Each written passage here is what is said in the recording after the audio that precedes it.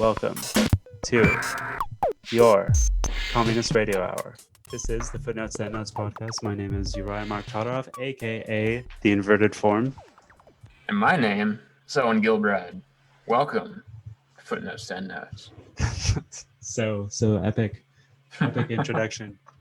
Very dramatic pausing. We've got down. Yeah. All right, so today we're here to discuss, what is this essay called? The Gender Distinction in Communization Theory. The author of whom is P. Valentine.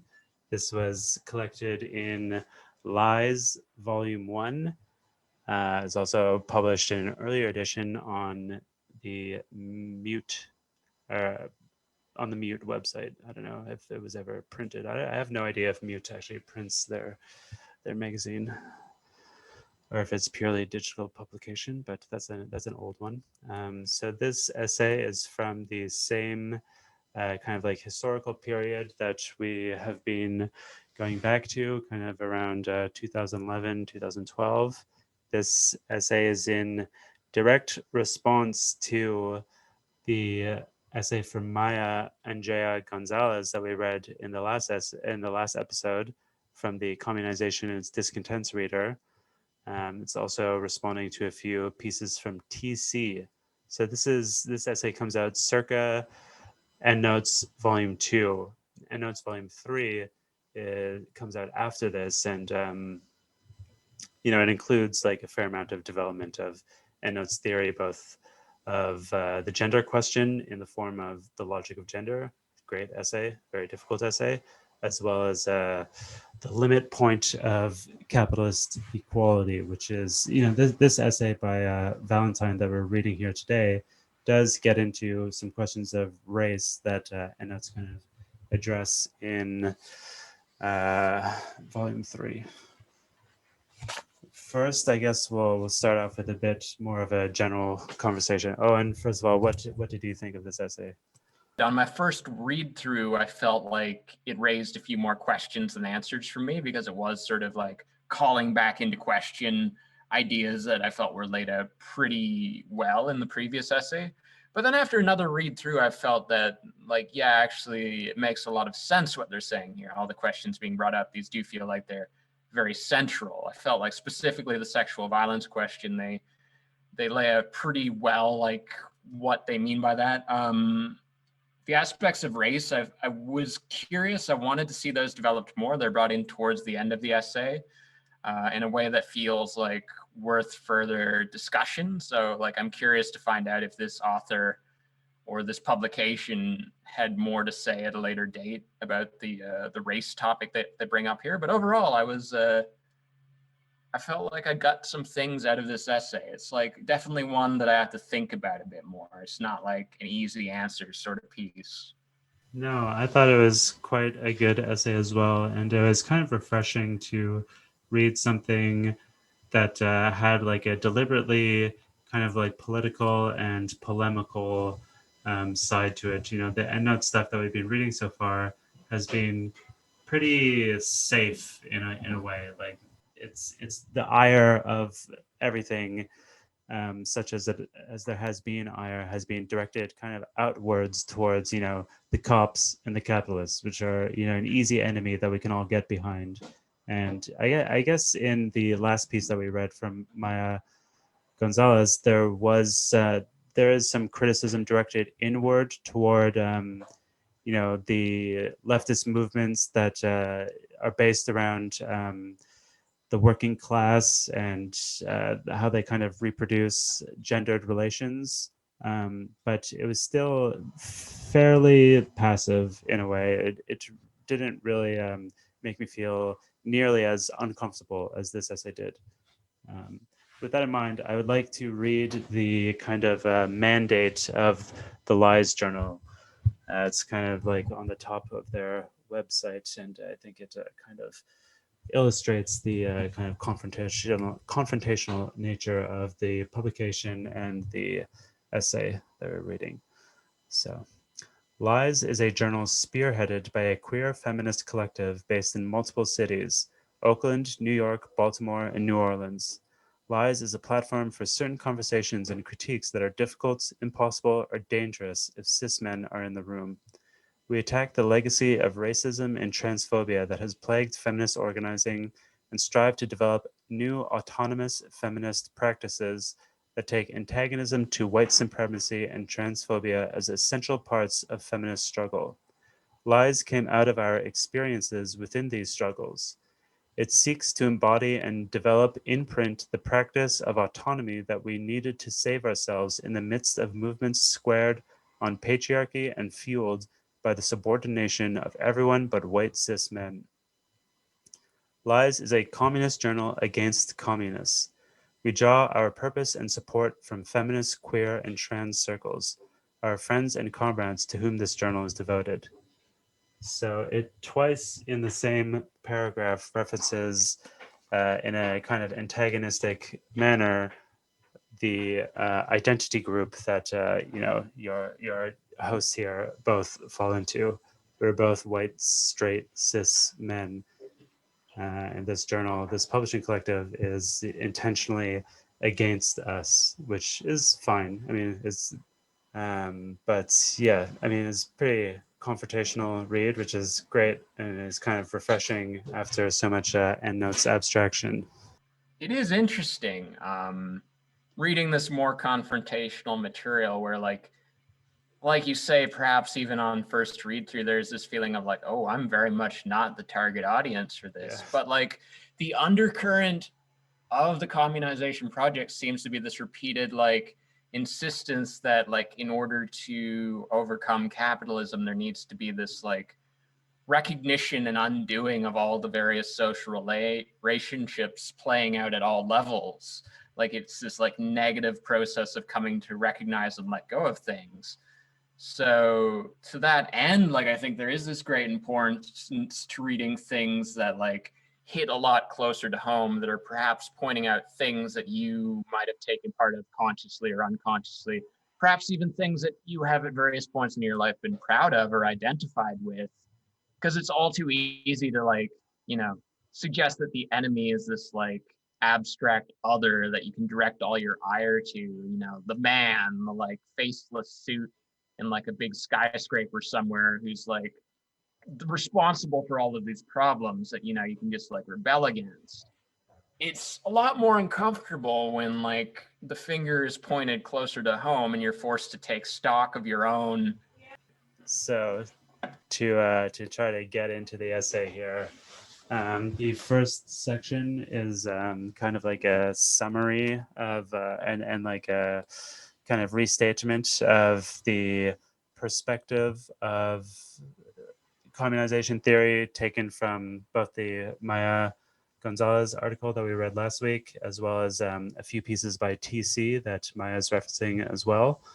Um, and TC are, again, just as Maya said previously, that they're like basically the only communization group that are really like even thinking about the gender question at all.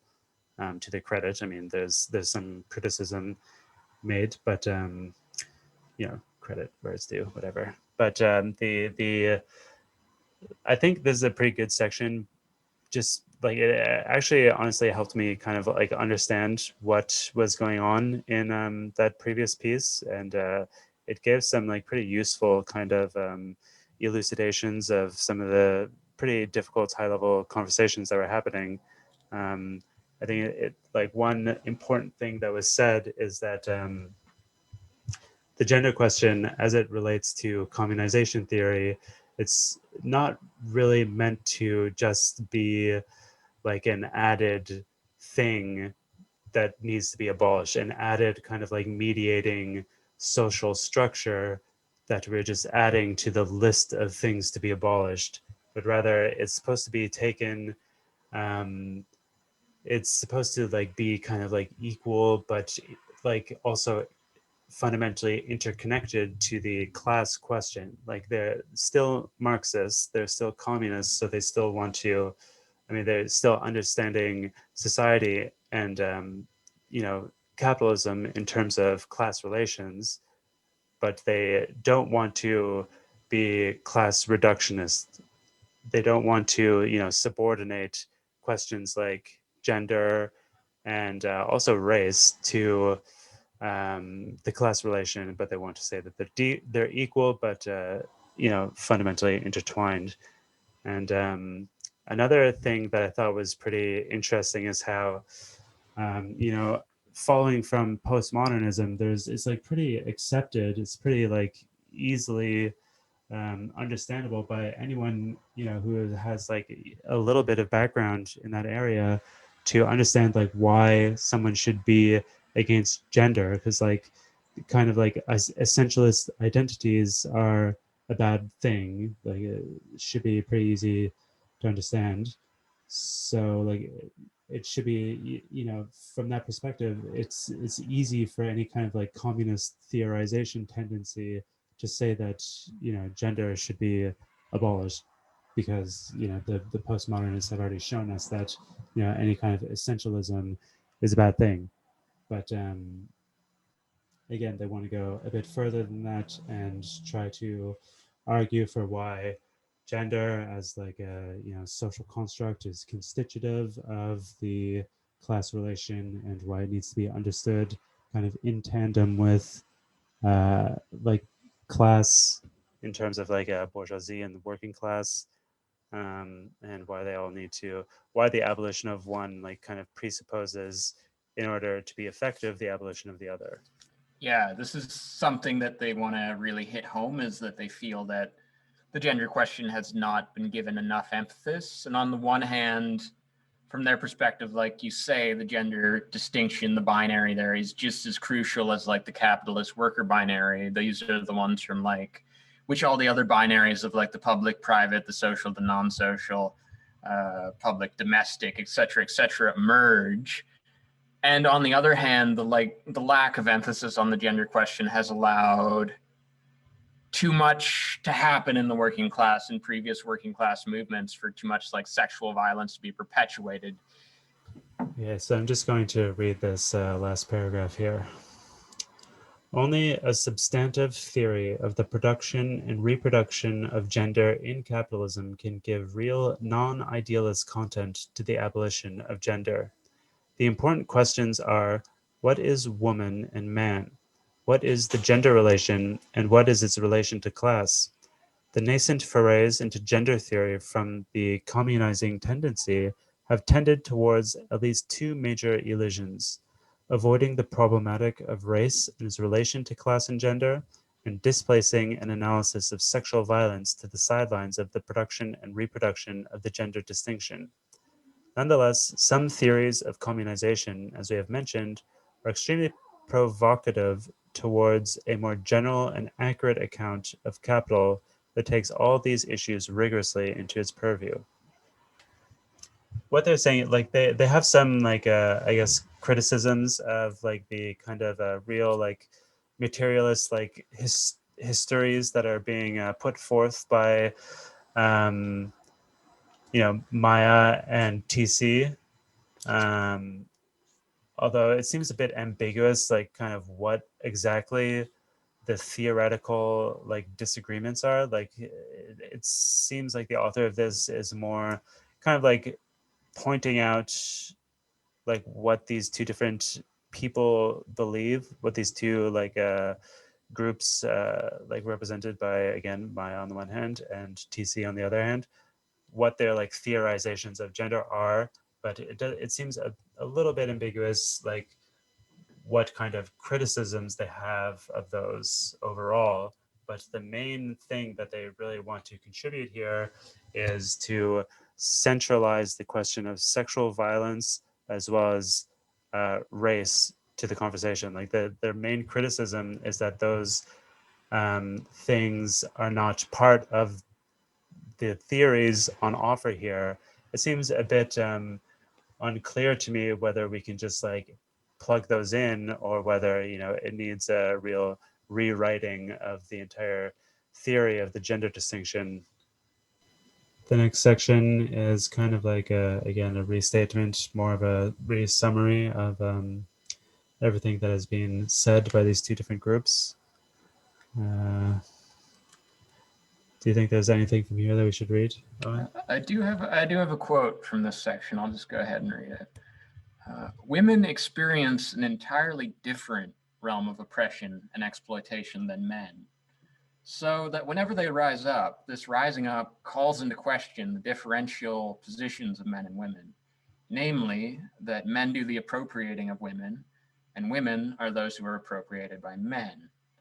Even and especially the men who are supposed to be their quote unquote comrades.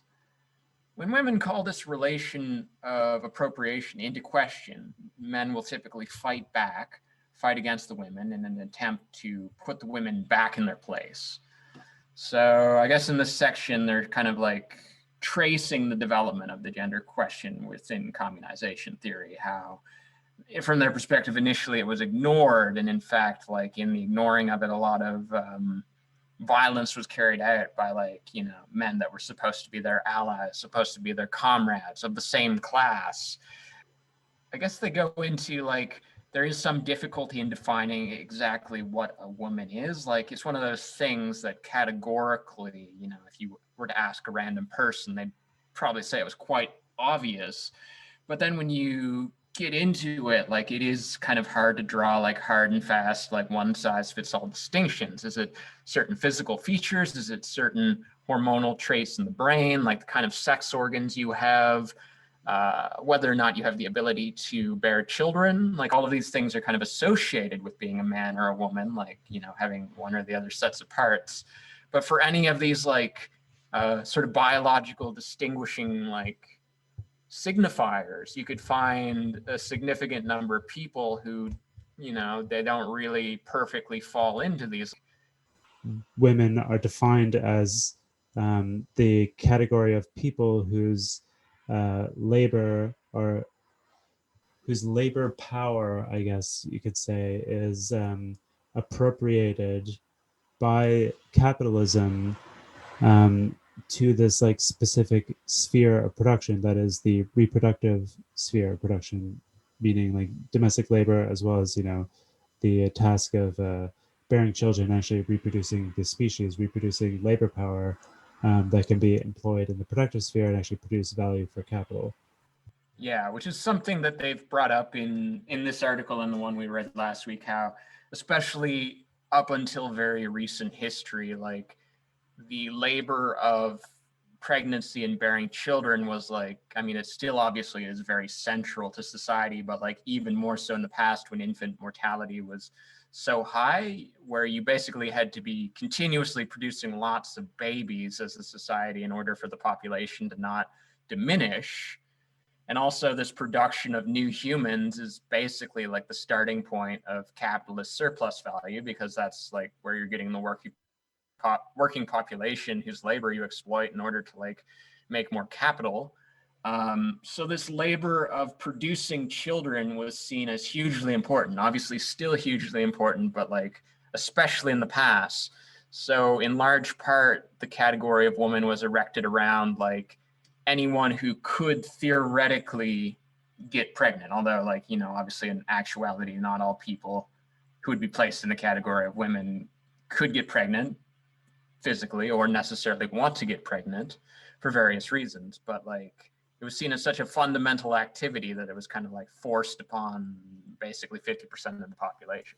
And that gets into the this question that was still a bit ambiguous for me after reading the last essay and rereading The Logic of Gender, of the difference between sex and gender, and how we can say that it's fairly obvious how gender is a social thing. That is not very original to Endnotes or to Marxist feminism. We all kind of understand that it's performance and whatever. It's not very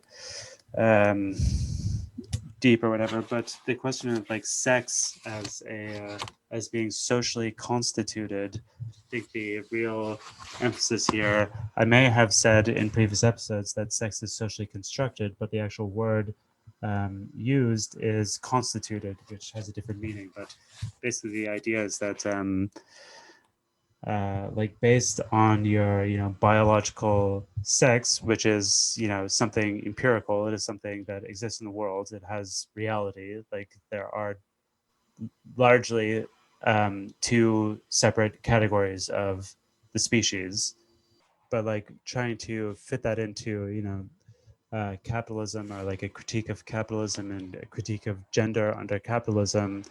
um, the idea is that like sex is socially constituted. So based on these, empirically real and material physiological, biological traits that different individuals possess from birth, or maybe not even from birth, whatever. I don't want to get too much into it, but based on these like different traits, um, they become relegated more or less to one sphere or another.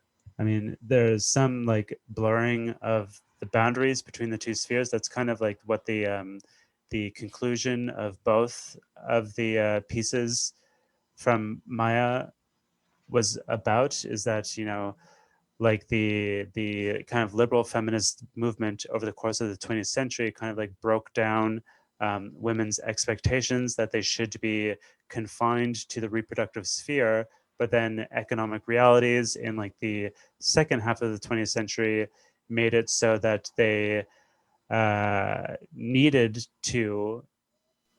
I mean, it denaturalized women being these sole um, like labor power within the reproductive sphere. So like men were expected to contribute to domestic activities, but at the same and then like at the same time as that, women were allowed to enter into the workforce more and more. But then the economic reality of the second half of the 20th century is that I guess women are burdened with like both needing to reproduce the species to do all of this domestic labor, but they also need to work in addition to that. And the real conclusion is that it has become denaturalized. So there's this like a real sensation that the whole situation is unfair. And right. I want to read a quote from The Logic of Gender because I have it in front of me. This, again, to remind the listener, The Logic of Gender is from Endnotes Volume 3, which came out a few years after this whole conversation. So it kind of, I mean, it accounts for some of the criticism. I mean, Endnotes 3 as a whole accounts for some of the criticisms that are contained in this essay that we're discussing right now from Lies. Um, Following Judith Butler, we criticize the gender-sex binary as found in feminist literature before the 1990s. Butler demonstrates correctly that both sex and gender are socially constituted, and furthermore, that it is the socializing or pairing of gender with culture that has relegated sex to the natural pole of the binary nature/culture. We argue similarly that they are binary social categories which simultaneously denaturalize gender while naturalizing sex. For us, sex is the naturalization of gender's dual projection upon bodies, aggregating biological differences into discrete naturalized semblances. So this word naturalize is really doing a lot of work in this quote. I mean, that's like a very there's a lot to unpack in that paragraph. uh, this naturalization, like my immediate reaction to that is like, with the gender relation, you do have these sort of basic biological phenomenon, these like rough binaries that emerge, but there are all these like other things, these social roles, these expectations that are placed upon people based on their, biological reality, which undergoes this process of naturalization. It's like all of these like contextual conditioned things which aren't tied to any sort of fundamental like eternal biological truth, but within our society they're kind of like conditioned to feel that way. Like if you're born with a certain set of parts, or like the capacity to get pregnant, or like a certain hormonal context in your brain, then there's like all of this like character expectation, this like expectation of taking on a certain role, of having certain interests. And obviously these things evolve over time. It's continuously shifting, which in my opinion just sort of reveals the lie of it all. But at any point, like these like social categorizations, these expectations placed upon you, there's a suggestion given that they speak to like some eternal truth, to some like natural way things are. Yeah, I think that's right. The idea of like an eternal truth as something that is like kind of objectively or empirically true. Like they're in this quote, they bring out the nature culture binary. So sex is attached to the nature pole, and then gender is attached to the culture pole. So gender is the product of culture. It's the product of like contingent, human social formations that say that like women should wear pink and like skirts and spend all the time in the kitchen. That is like a very contingent kind of thing, right? And then sex, uh, referring to all these like empirical, physiological, biological traits. We can even like reduce it further beyond genitalia. We can go to like eggs and sperm, or we can go to like our genes and like the X and Y chromosomes. You can reduce it like quite far, this kind of like biological categorization of the human species, and it also exists across species. So um like it's a real phenomenon in the world, like in mammals at least. um so that is like relegated to this kind of natural pole. It's seen as an eternal truth. It is not contingent. It is like way beyond our control. It is like a process of the unfolding of physis, of life itself. It is just a natural part of the universe. It is an essential part of the universe.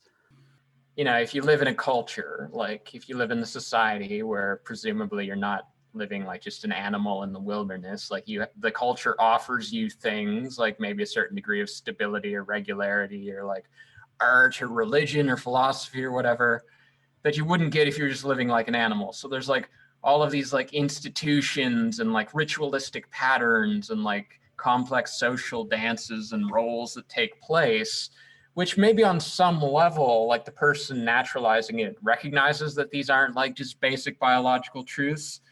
But, insofar as they're like conservative, they want to stick to the known. They're not entirely sure like what part of these like vast complex social rituals are essential for maintaining like the social order that they enjoy.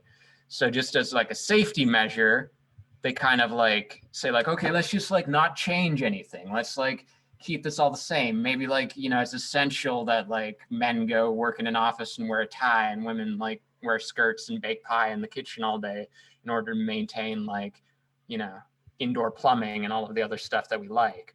So I think like this is a large part of why like at any point in history you'll see certain like cultural norms being enforced, because there is this semi-conscious like feeling that you need to maintain certain rituals in order to like maintain your culture, and like you're afraid that if you start like changing anything or getting more lax on like what you enforce, it will lead to cultural degeneracy. This is what you always hear conservatives like worrying about. So the dual projection upon bodies is not something that is really contained in this quote, but I believe it refers to um, the projection of like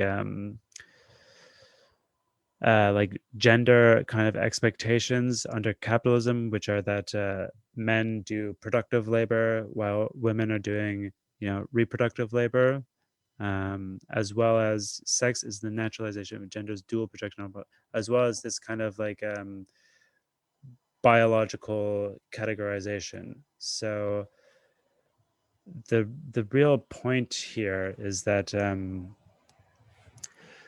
sex is a real phenomenon, but it really just naturalizes. It is used as a kind of like a truth to justify a contingent social phenomenon, a contingent cultural phenomenon. This social relation, this relegation of women to the reproductive sphere. Um, yeah, so it's like sex is really just used as a kind of like as an argument for why women should like be, again, relegated to this sphere, to this particular type of labor. It has to do with, I guess, essentially their capacity for bearing children and reproducing the labor force. So other tasks, like as trying to get back to this essay that we're actually reading, as the author points out, like some domestic activities like cleaning, cooking, taking care of children, those can be privatized. And, in the terms of the logic of gender, you have the indirectly market mediated and the directly market mediated spheres of social reproduction. So, like, you can buy food that is made for you, you can hire a nanny, you can hire a cleaner, all of those typical tasks of domesticity can be privatized. They can be incorporated into the productive sphere of capitalism. But what can't really be is uh, the production of babies, the production of new social of new labor power, and the perpetuation of this profit generating social relation. Um, If you look at this like categorical binary, if like the sex related things relate more to like these physical biological phenomena, which you can kind of see like a natural binary of sorts, and then the gender aspects are the ones that are more just like a purely abstract kind of like idea that the culture creates that shifts over time, that doesn't have any sort of physical basis. To me, like the naturalization process suggests that like these more abstract things that aren't tied to biological reality, the fact that they are being projected onto like a biological binary, and they're going to be sort of like acted out, they're going to be like, they're going to be realized and materialized through this like physical binary. So like, especially like historically, there would always be one member of this like binary, this biological dyad, acting out particular roles, and it would become like this widespread phenomenon where like, say it's the 1950s, like like most of the people wearing skirts are going to be one of the two biological members of the binary. So there is this sort of like reality to, you take that real basis and you project all of this other abstract stuff onto it, but the fact that it is always tied back to this material basis lends it this weight, because like in actuality, maybe not so much today where like, there is a bit more of a blurring or reconfiguration, but like especially historically, there would have been this material reality where like all of these like abstract gendered traits, like, well, they by and large would have been being carried out by like one biological group, but like that doesn't mean it's natural. It just means that there is this like widespread perpetuation of the role. Right, exactly. And this gets into like certain other types of like biological arguments that are made to, um, I don't know, like further, like kind of like empirically demonstrate why women should be relegated to certain types of activities. Like women have higher levels of estrogen, so they're more empathetic, so they are better suited to doing care labor, which is like the privatized form of like domestic labor, basically. Um, and women have like smaller bodies; they're less physically strong, so they shouldn't really be like soldiers or like do these kind of like very like physically demanding sorts of things. Um, yeah, there's like certain like material um things, like factors. I really don't know about this estrogen thing, but it's something that I've heard, which kind of like makes me think of an interesting contemporary phenomena, which is the whole trad thing, the whole trad meme. Do you know Mm-hmm. about this? Yeah, especially like this trad cath, like Yeah, it's trad something cath. like a lot of like Gen Z people are doing, Yeah, like men and women. absolutely. Yeah, I mean, I think it gets to like some real like problems in contemporary society, in culture, but it is not. It is a reactionary solution to them. It is not a progressive solution to them. Just like I don't know, like there are other examples of, but basically the idea of trad is that oh yeah, I was gonna say that like Andrew Yang, gets at some real like concrete problems in society. He gets at like a lot of his like campaigning was based around it was like directly addressing neets, which are white men by and large. The main demographic of the neat demographic is white men. So why is he like, is he some kind of like white supremacist or something because he is like addressing so much of his policy, or is like explicitly geared towards this like one kind of like problematic social demographic?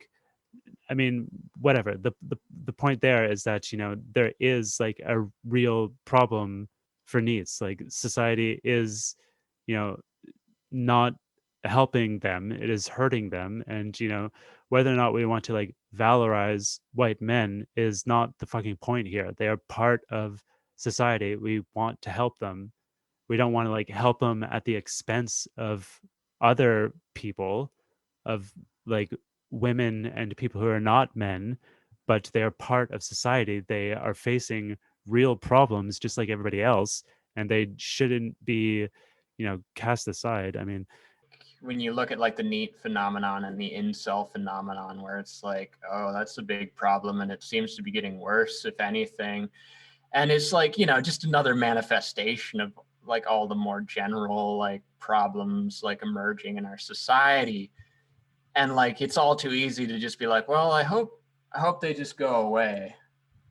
Like it is a complicated thing that like needs to be addressed eventually. And obviously the solution isn't just like, Peterson's proposal of like socially mandated like girlfriends for all yeah, incels. Like, totally. it's like, and it's also not just telling them like, oh, go lift, bro. Like, Yeah. it's not just like telling them to man up, because like No, the whole the point of all of basis, this is yeah. taking that category away. Like, it's like, yeah, this is something you need to like address eventually. Is if you're going to remove the previous categories, you got to like still give people something worth living for. Like, this is like where you get all the conservative pushback is like, and the reactionary pushback is like, if you remove the previous imperfect categories but like replace them with something even worse, then like all of these like neats and insults are like, well, this is worse than the 1950s. I'm going to just fight to go back to the 1950s. Yeah, exactly, You're which basically is, creating yeah. your enemy. Yeah, and that is like the basis of the trad movement, which is that, like, I guess to put it in like very kind of like simplistic and like, problematic terms, like wokeism has kind of created a society of bugmen.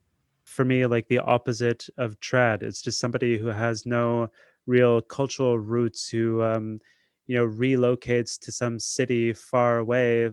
They don't like participate in community. They don't have a like a strong family connection. They're just like everybody. It's like the kind of like a urban like caricature, the urban trope of like Okay, somebody who yeah. just doesn't participate in like a organic culture or something, or like are more traditional. It's the Right. opposite of trad, really.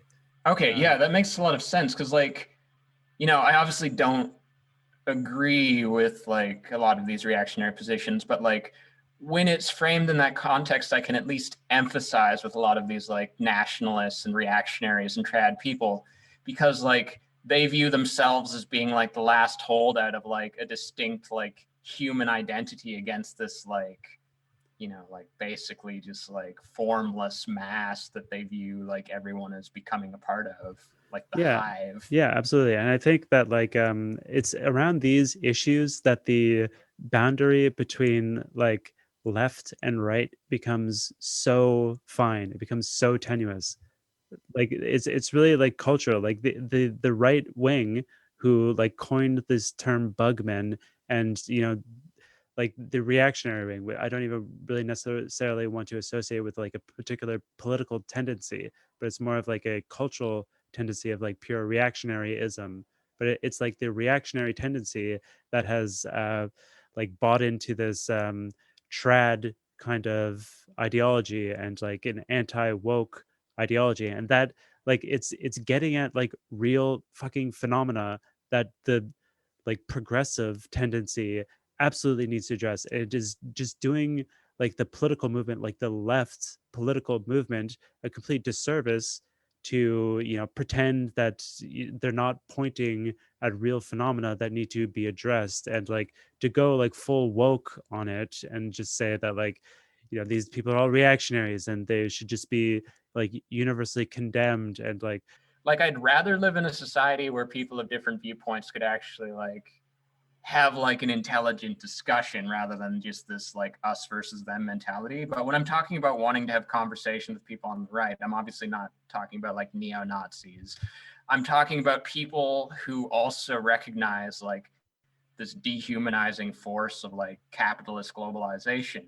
And yes, perhaps they have like different ways they think they can fix this problem, but I think like there are people on the left and the right who are united in recognizing that there is something like very like not good going on a yeah. global level.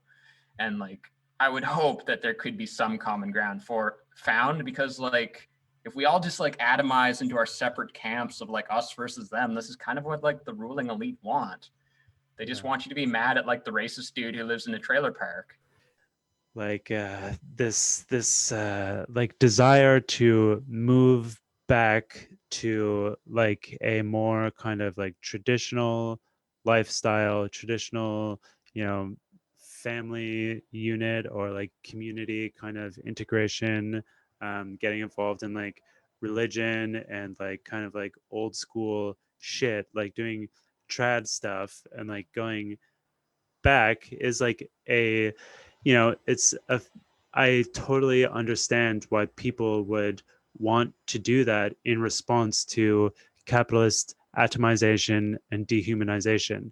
Like it seems to be like the only viable means people can use to attain some semblance of like real social bonds and community is to go back to something more old school that there is still like a precedent for, and that still exists in a vastly diminished form, but still exists in some form in the world. Like you can go back and like participate in these kinds of trad activities and communities, and like there will be something there for you to participate in.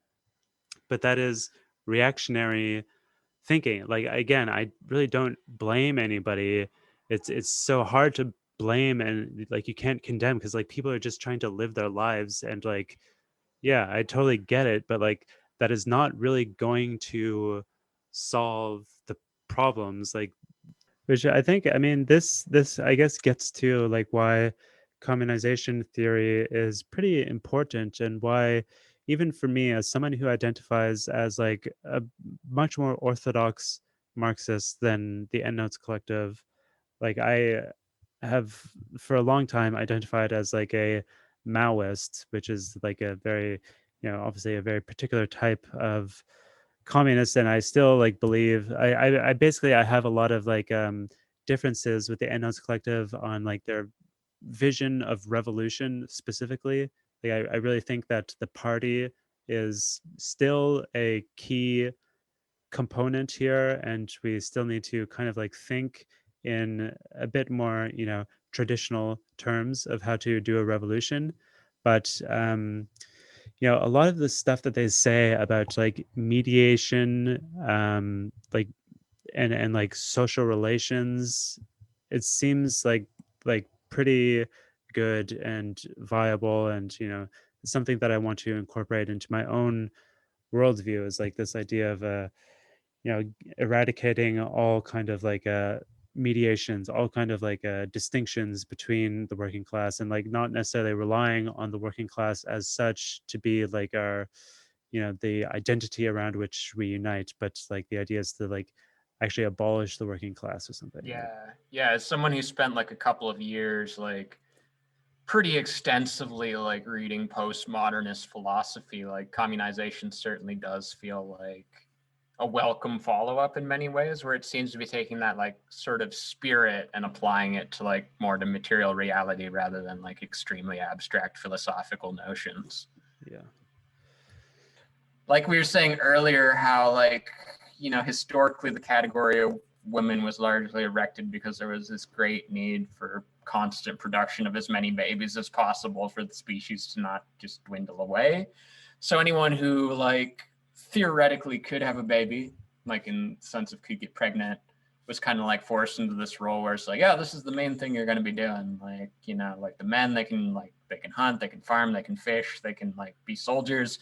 But like, if you can get pregnant, you're probably just going to spend most of your time doing that. But in like the last century, especially like under capitalist development, this isn't really the case so much. There isn't nearly as much infant mortality. In fact, like not only can most people get away with just having one kid and being done with it, like society's perfectly fine for like most people to not have a kid, in the 20th right. century, 21st century. So I guess the question is being put forth, why then is the gender role still so prevalent, albeit perhaps in like a somewhat different form, and how exactly is it being enforced?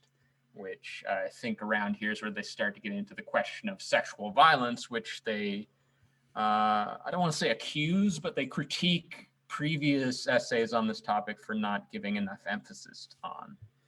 Yeah, like their kind of critique, as at least as I recall, directed at Maya Gonzalez, is that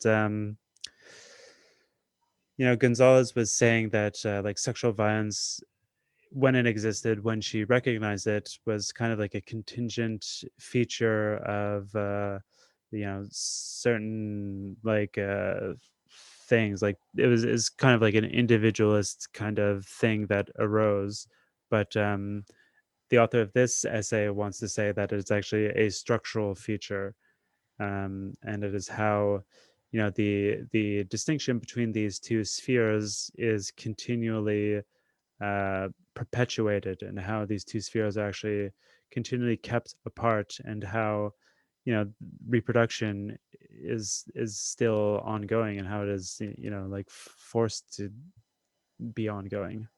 Yeah, much like how the gender relation isn't just an unfortunate side effect of capitalism, but is like fundamental to its constitution. The suggestion is put forth that sexual violence isn't just an unfortunate side effect of the gender relation, but is in fact fundamental to its maintenance and Yeah. perpetuation. Part of this like basic biological distinction on which this binary is founded is not just that like one of the two members of the dyad typically has a womb and can get pregnant.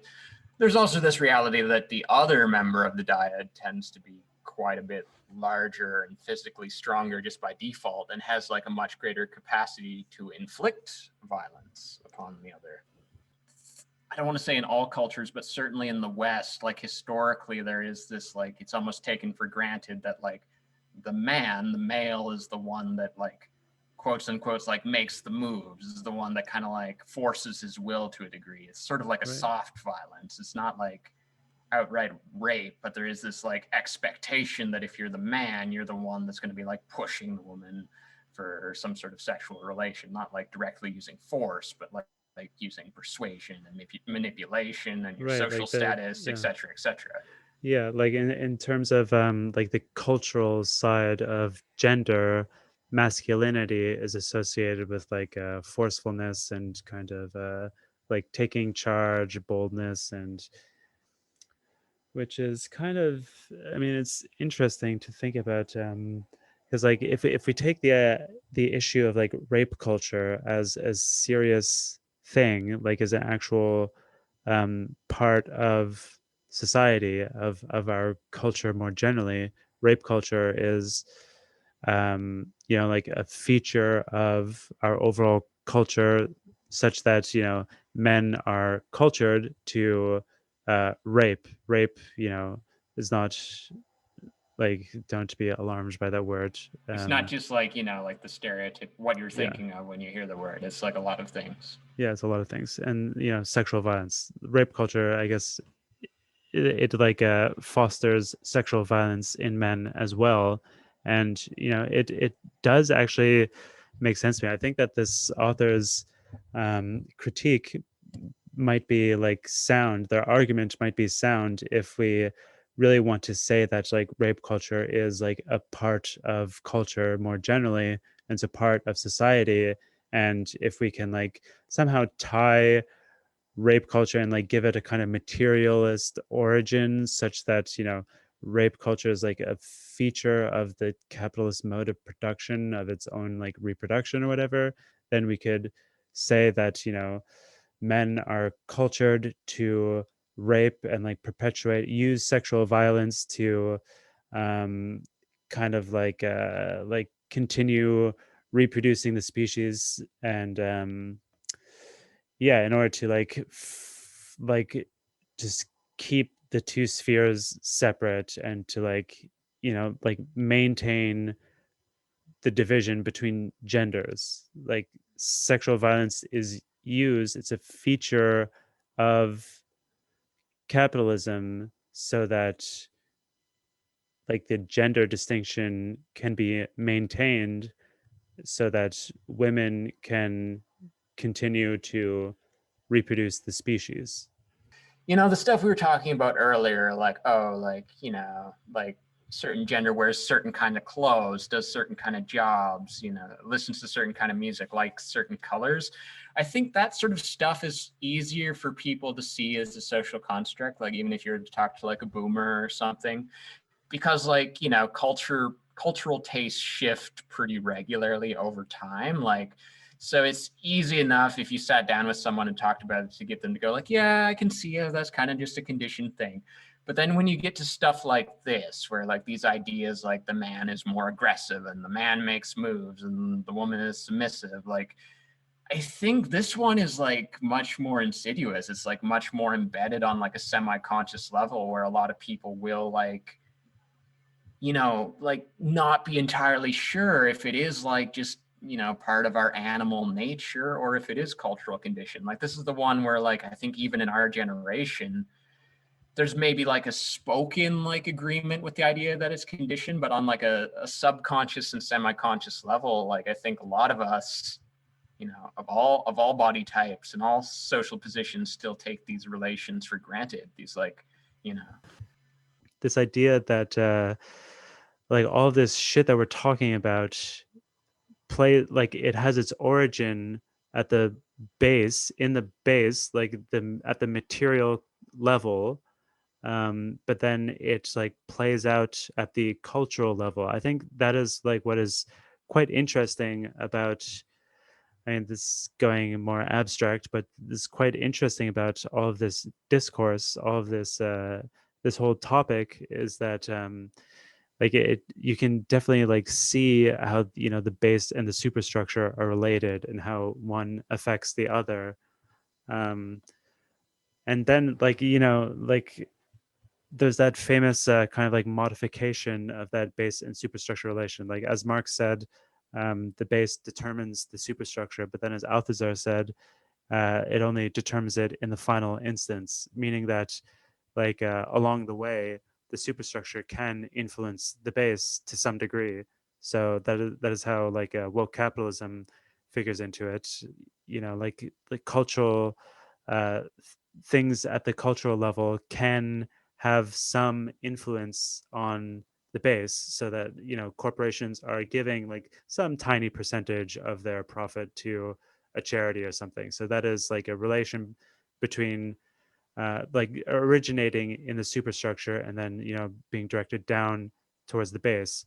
But ultimately, there's really the economic interests that are going to determine things in the final instance. Like this superstructure, you are not going to be able to basically do a revolution through cultural means alone. You have to do something, uh, you know, at the economic level, something at the systemic level that is going to change like social relations, that is going to change things in a fundamental way, such that people, even generationally speaking, um, culture changes and they become cultured out of these kinds of oppressive types of behaviors. Anyway, that seems like a good place to leave it off. Maybe for our next episode, I'll try to find something on the question of race, although. Yeah, I would really like to read up some more on that. But yeah, any feedback, sound off in the comments. If you are embarrassed for our performance here and do you think that we should, be canceled, Hurt our feel free. feelings. Feel free to sound off if you want to tell us that it is not your job to educate us, and Yeah. Google Yeah, is yeah, yeah. free. But also, if you want to educate us, then feel free to sound off in the comments. Um, but yeah, we're coming up to the end of the year soon enough. We'll have a few more episodes out this month. Have hopefully another interview coming before the end of the year. And then, in the new year, we'll be getting into Endnotes 4, and we'll have a bunch of exciting updates on the show, Yeah. and the wider ecosystem of the show are forthcoming. And in the new year, we expect to have a means for you to contribute to the show. Today we had a lot of problems just getting Zoom to work because Owen's laptop is from 1997, and Yeah.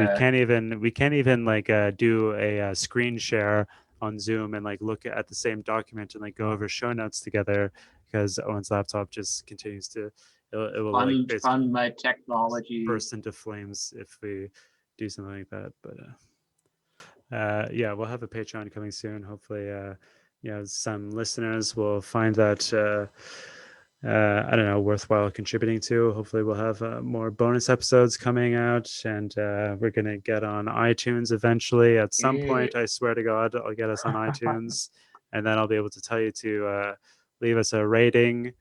Yeah.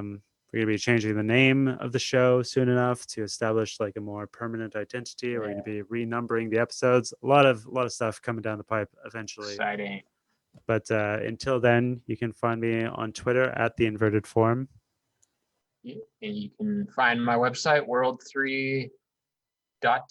I just put up a new album. It's only like 19-minute long album. It's for all you Zoomers out there. I think that's called an EP. Well, no, I'm calling it an album because it has like 15 tracks on it. I Most of see. them are like under a minute in length. I see. It's for people with short attention Yeah, spans. it's real Zoomer shit. Yeah. All right. Well, until next time. Goodbye. Bye, everybody.